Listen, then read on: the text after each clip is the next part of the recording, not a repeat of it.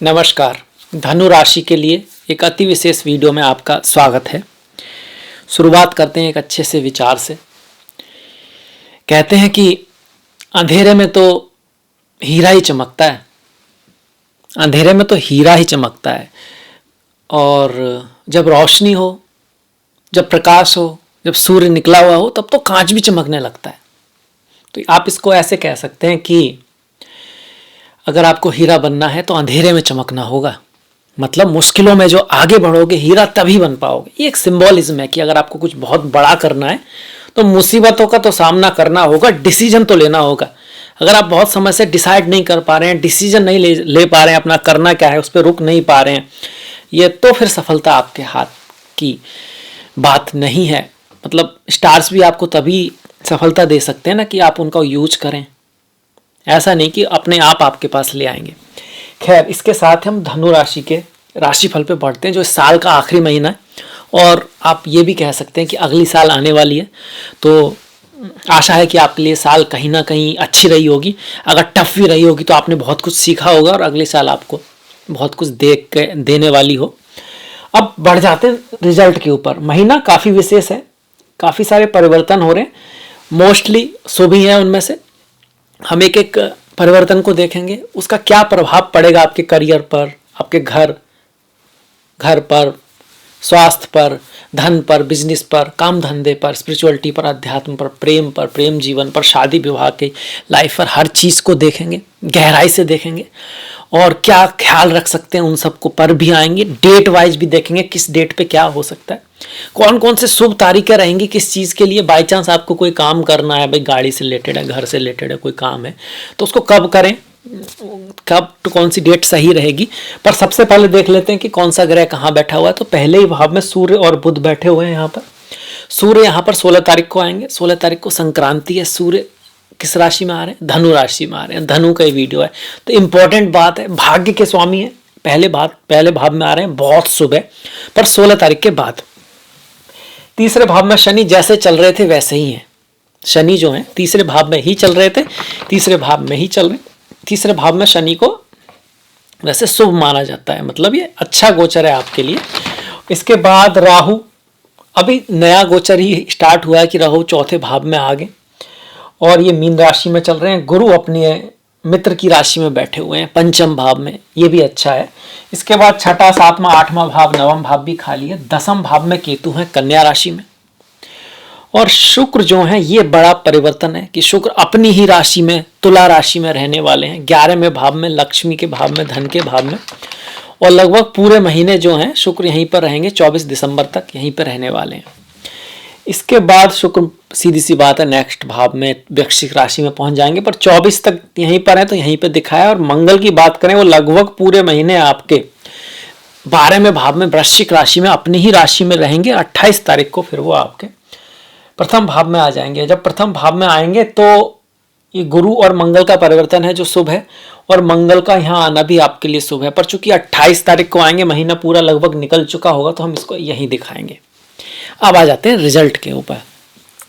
इस महीने का सबसे बड़ा परिवर्तन सूर्य का परिवर्तन है, क्योंकि सूर्य हर महीने बदलते हैं, एक राशि में रहते हैं, तो महीने का बहुत मोस्टली जो रिजल्ट होता है ना, वो सूर्य दिखाते हैं। तो इस महीने सूर्य आ रहे हैं पहले भाव में। कोई बड़ा निर्णय आपको लेना होगा, कोई डिसीजन तो लेना पड़ेगा। एक बड़ा डिसीजन आपको शायद आपके भाग्य की तरफ ले जा सकता है, जिससे आप कहीं ना कहीं लेने से सोच रहे, डर रहे हैं, कहीं ना कहीं सिचुएशन उसके हिसाब से नहीं है, पर आपको कुछ बड़ा निर्णय लेना है, पर आपके मन में वो संशय है। पर अगर आप उसको लेते हैं तो ये दिखाता है कि भाग्य आपको अपॉर्चुनिटी दे सकता है, कोई अच्छी चीज़ की शुरुआत आपके लिए हो सकती है। तो कोई बड़ा निर्णय इस महीने आप ले सकते हैं। ये 16 तारीख के बाद होगा या 16 तारीख के आसपास होगा, ऐसा यहाँ पे दिखा रहा है। इसके साथ साथ सूर्य ये भी दिखाते हैं कि 16 तारीख से पहले स्वास्थ्य में थोड़ा बहुत दिक्कतें रह सकती हैं, प्रयास थोड़ा ज़्यादा हो सकता है। आपका जो प्रयास हो उसका उतना रिजल्ट निकल कर ना आए, पर आपको छोड़ना नहीं है, हार नहीं माननी है, क्योंकि उसका रिजल्ट जो है 16 के बाद आपको निकल के आएगा। और इसमें भी 16 के बाद जो कह सकते हैं 23 तारीख काफ़ी शुभ है। इसके साथ साथ बाकी जो तारीखें हैं 23 काफ़ी अच्छा आपको कह सकते हो कि डेट आपकी बन रही है। और जो 28 तारीख है वो भी काफ़ी अच्छी निकल के आपके लिए आ रही है। 23 और 28 में कुछ भाग्यशाली इवेंट आपके हो सकते हैं। इसके बाद सूर्य बुध का ये जो राजयोग भी है, ये मैंने यहाँ लिखा ना राजयोग, सूर्य बुध, राजा सूर्य और युवराज बुध बैठे हुए हैं यहाँ पे। ये भी बहुत बड़ी बात है कि वैसे तो पुदादित्य योग बनता ही रहता है, पर जब ये केंद्र त्रिकोण में बने तो बहुत बड़ी बात, और पहले ही भाव में बन जाए तो बहुत ही ज्यादा बड़ी बात हो गई। तो ये एक शुभ योग बना हुआ है, इसको निपुण योग भी कहते हैं। निपुण क्योंकि जो सूर्य है वो रोशनी है, लॉयल्टी है, आत्मविश्वास है, धर्म पे चलना है, सही रास्ते पे चलना है। और बुध जो है एबिलिटी है आपकी, प्लान बनाना, बातें करना, ह्यूमरस रहना, बुद्धि का उपयोग करना, किसी चीज को सीख लेना। और सूर्य दृष्टि भी देते हैं कि वो चीज सीखिए, उसको करना कब है। मतलब बुद्धिमान व्यक्ति, बुद्धि तो है, बोलना क्या है उस विषय पे वो जानता है, पर कब बोलना है कब नहीं बोलना है सूर्य इस चीज को देते हैं, एक सेंस देते हैं। सूर्य लाइट देते हैं, देखने की शक्ति देते हैं। इसी वजह से सूर्य बुध को निपुण योग बोलते हैं। जब भी ये पहले भाव में, पंचम भाव में, नवम भाव में या केंद्र में बनता है तो उसको हम शुभ मानते हैं। तो ये योग आपका शुभ बन रहा है। ये आपको नौकरी आदि में भी सफलता दिला सकता है, प्रमोशन आदि भी मिल सकते हैं। जो मैंने तारीखें बताई उन तारीखों को, 23 तारीख है आपकी, 28 तारीख है, ये जो तारीखें हैं इस दिन प्रमोशन आदि का भी चांस यहाँ पे बन रहा है। इसके अलावा बहुत ही शुभ जो परिवर्तन इस महीने हो रहा है, बाकी तो ग्रह चल ही रहे हैं, वो शुक्र का है। पारिजात योग बना हुआ है। देखिए द्वितीय भाव और एकादश भाव ये धन से रिलेटेड है, लक्ष्मी से रिलेटेड है।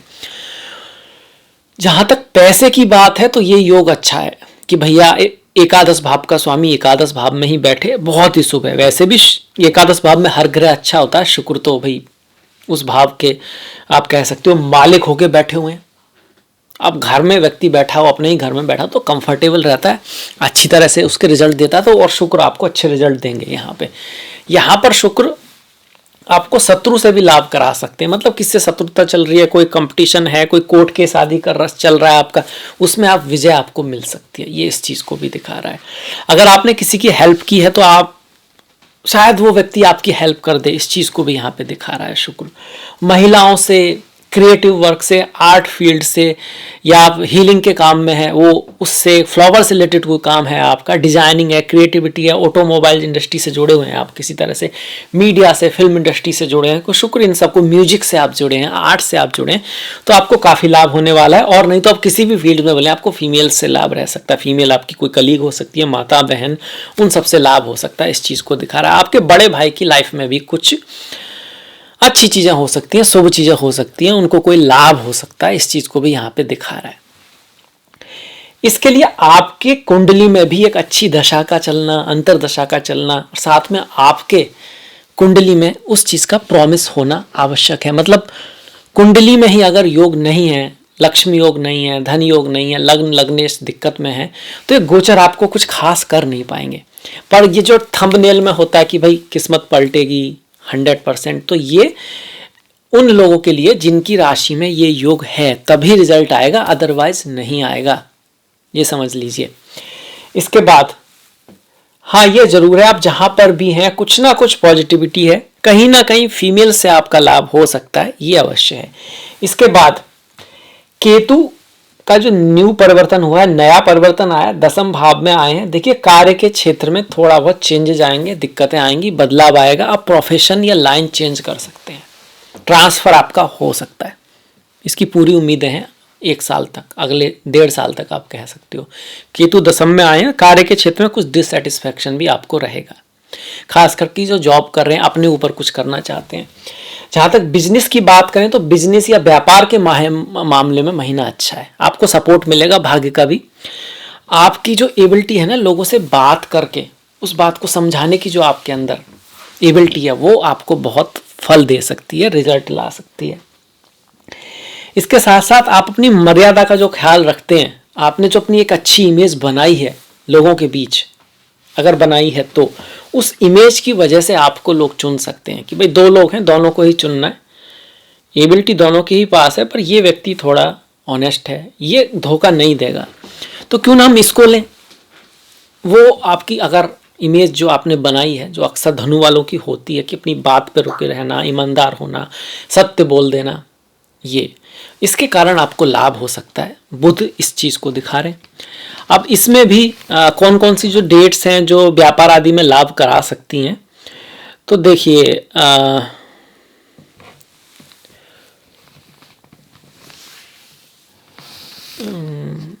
12 तारीख बहुत शुभ निकल के आ रही है। 12 तारीख बहुत अच्छी है, बहुत शुभ है, बिजनेस आदि में आपको लाभ रह सकता है। इसके साथ साथ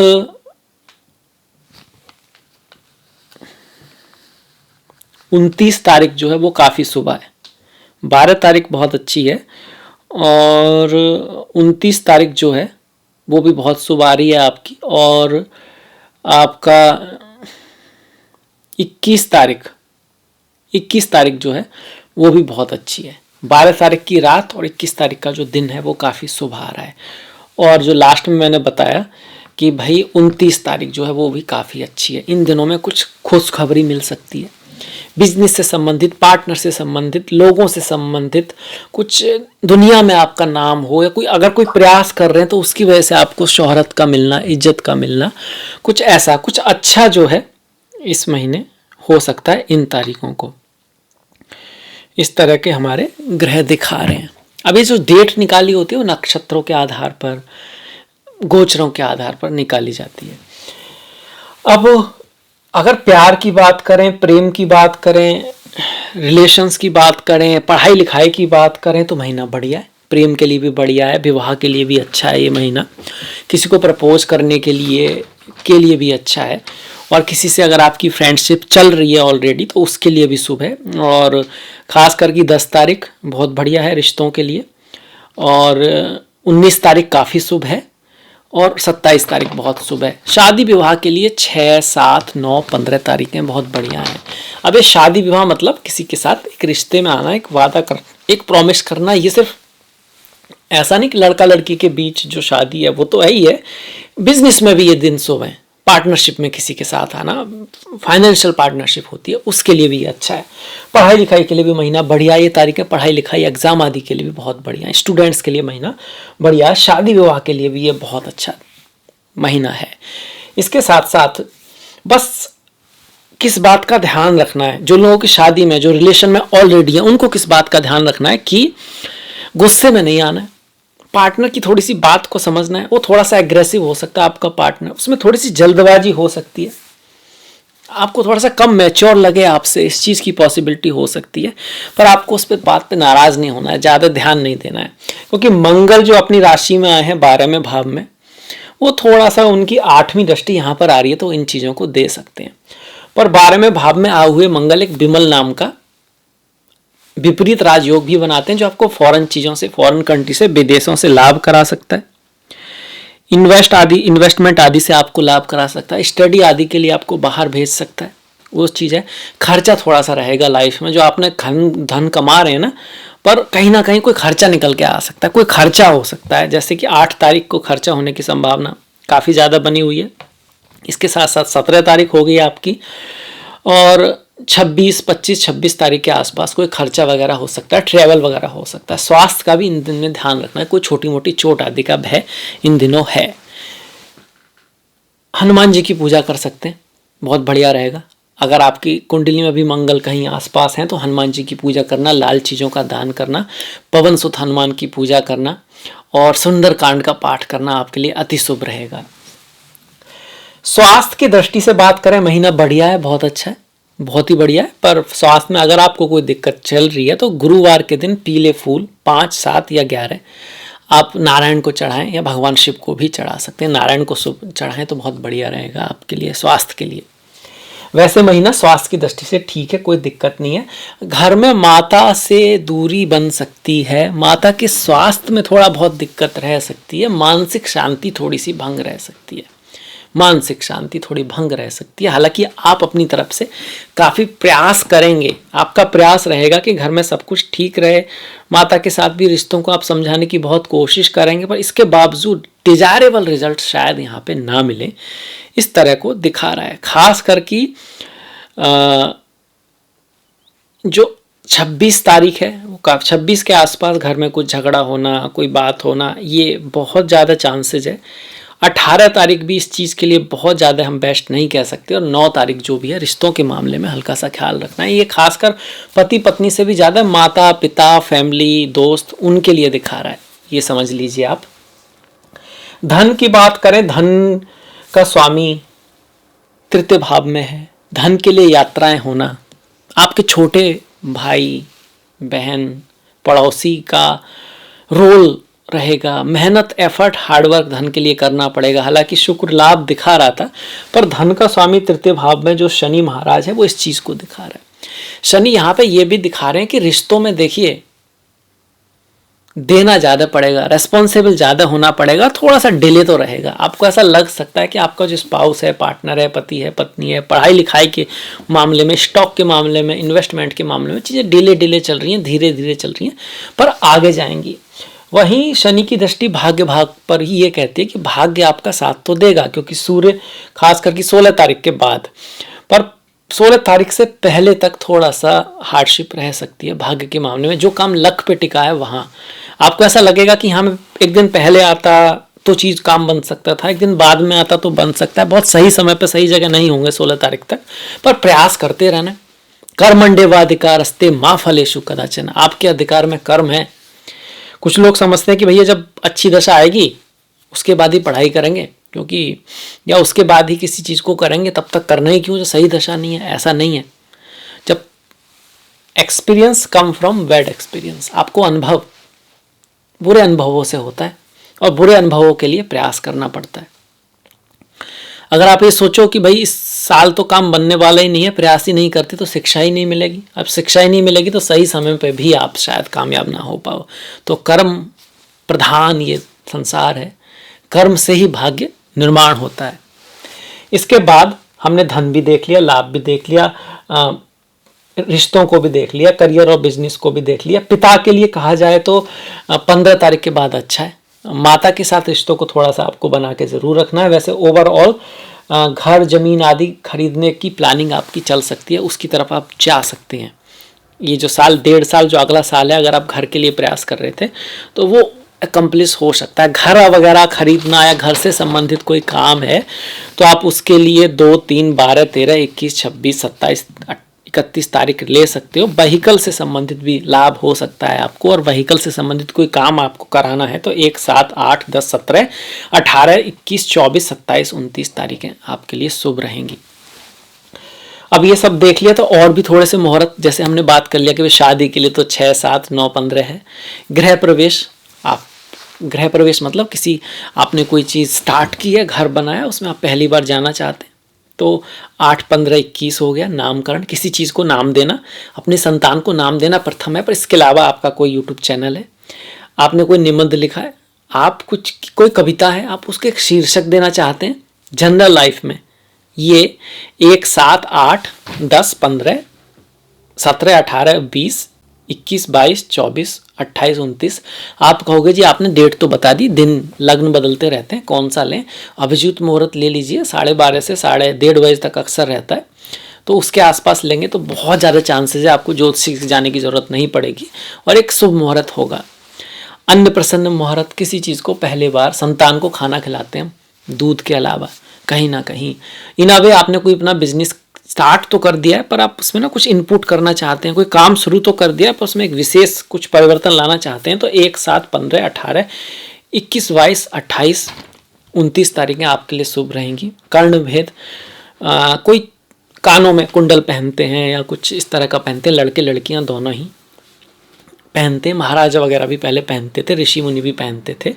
इसके साथ साथ अगर कोई चीज़ है और उसको आप आभूषित करना चाहते हैं, कोई आपने किया है उस चीज़ को कुछ सजाना वगैरह चाहते हैं, तो उसके लिए 1, 2, 7, 8, 9, 17, 21, 22, 28, 29 जो तारीखें हैं वो काफ़ी शुभ रहेंगी। ओवरऑल कुछ तारीखें और भी पता नहीं दुनिया में काम होते हैं, आपको कुछ तय करना है भाई, तो देखिए ओवरऑल जो शुभ तारीखें 1, 6, 9, 11, 15, 16, 19, 21, 22, 25, 28, इसमें से 25, 28, 21 काफ़ी शुभ हैं, आप इस तरह से देख सकते हैं। तो ये हो गए हमारे मुहूर्त भी हो गए। अब आ जाते हैं त्योहारों की तरफ। त्योहारों में देखिए क्रिसमस है, क्रिसमस को हम सभी बनाते हैं, पूरी दुनिया ही मनाती है, और वैसे भी जो भविष्य पुराण है उसमें जीसस का भी कहीं ना कहीं हर उसका जिक्र आता है भविष्य पुराण में। जिक्र है। इसके अलावा 25 तारीख का ये त्यौहार हो गया हमारा, नई साल तो आएगी, तो आपको नई साल की काफ़ी सारी शुभकामनाएं हो, ढेर सारी शुभकामनाएं हो। मार्गशीर्ष अमावस्या जो है वो 12 तारीख की है।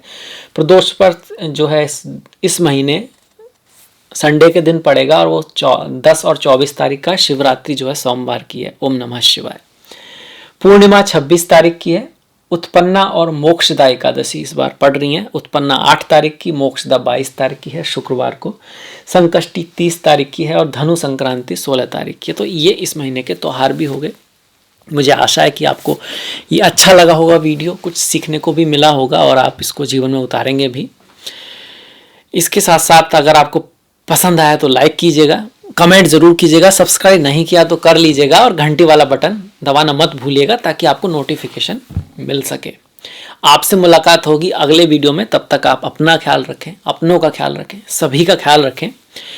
कुछ ना कुछ अच्छा बढ़िया जो आपको प्रेरित करे लाइफ में आगे बढ़ने के लिए, ज्ञान जो आपको दो, ऐसी कुछ अच्छी चीज़ें सुनते भी रहें, देखते भी रहें और करते भी रहें, क्योंकि संसार कर्म प्रधान है। इसी के साथ अब मैं आपसे विदा लेता हूँ। नमस्कार, धन्यवाद।